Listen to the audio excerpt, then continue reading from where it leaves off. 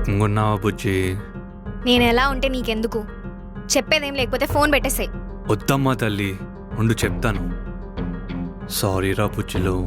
ఇప్పుడు సారీ ఎందుకు చెప్తున్నావు? అసలు నువ్వు ఏం చేసావని? అంటే బాగా హర్ట్ అయ్యావని అర్థమైందిరా. సారీ రా. అదంతా కాదు, ఏదో చెప్తావన్నావు చెప్పు, లేదా ఫోన్ పెట్టు. అంటే అది కాదురా, బయట చాలా బిజీగా ఉండే అందరి మధ్యలో. సారీ. ఏంటో ఆ బిజీ? నా పక్కన అందరు ఉండేరా. I can't lift the call. ఓ అవునా? ఏదో బిల్ గేట్స్ తో మీటింగ్ లో ఉంటే డిస్టర్బ్ చేశానా?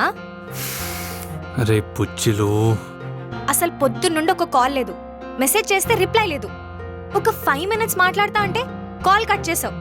అసలు ఏమనుకోవాలి నేను? అసలు ఎవరా ఫ్రెండ్? నిన్ను అంతలా బిజీ ఉంచే ఫ్రెండ్ ఎవరు? ఉన్నారులే, వదిలే. అయినా ఒకసారి వీడియో కాల్ చేయరా. I want to see you. అదంతా కాదు, ఆ ఫ్రెండ్ ఎవరో చెప్తావా చెప్పవా?